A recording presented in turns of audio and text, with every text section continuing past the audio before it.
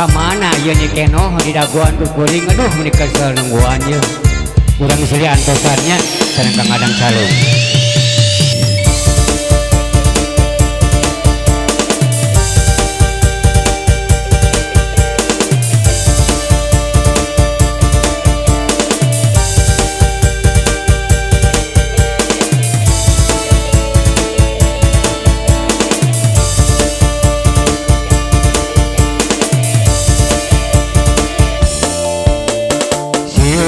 Dagoan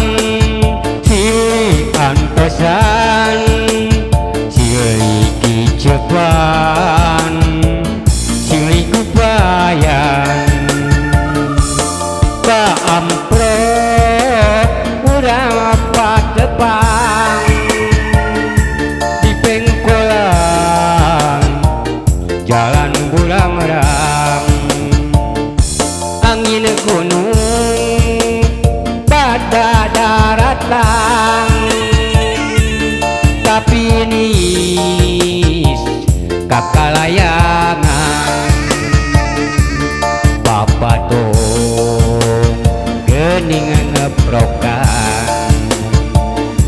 itu helang gening ngagalendang mugi munjun ngoyakeun hariri ayat di lamping mawawa aeng jeung dina wanci rek maju ka peuting surya ngampi pabuburit kaganti ku alam naburang anono poe mani moncorong nebungkeun cinta nu leungit.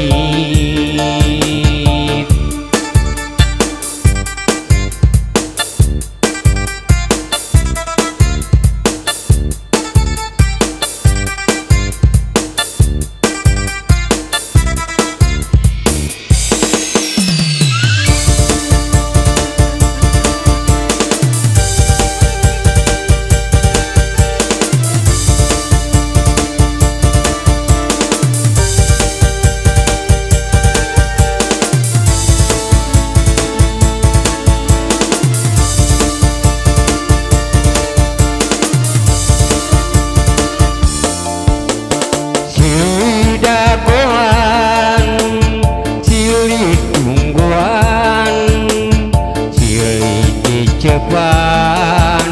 silih kupayan tak amplop urang patepung di pengkolan lebah Bulangrang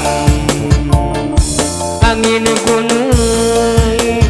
pada daratan tapi nis kalakayangan Bapak tuh gening ngeprokan itu helang oge ngahaluang manuk pingit goyakeun daun nu garing ngahariri ayat di lamping mawawas jeung keung wanci rek maju ka peuting surya ngampi pabuburit kaganti ku alam berang panono poe mani moncorong nebungkeun cinta nu